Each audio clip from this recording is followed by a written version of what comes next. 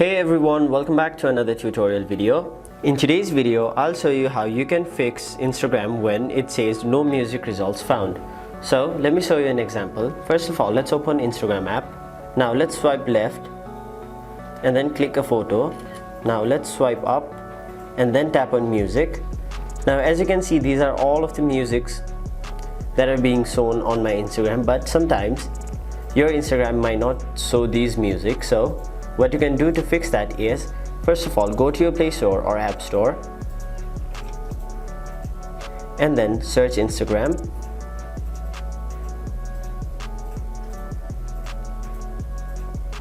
Now as you can see, my app currently says update, meaning my Instagram is not up to date. So tap on update and now wait for Instagram to update.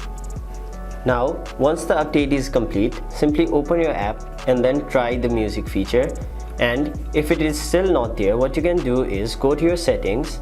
Now once you've opened settings, go to general and then go to iPhone storage. Now scroll down and then tap on Instagram.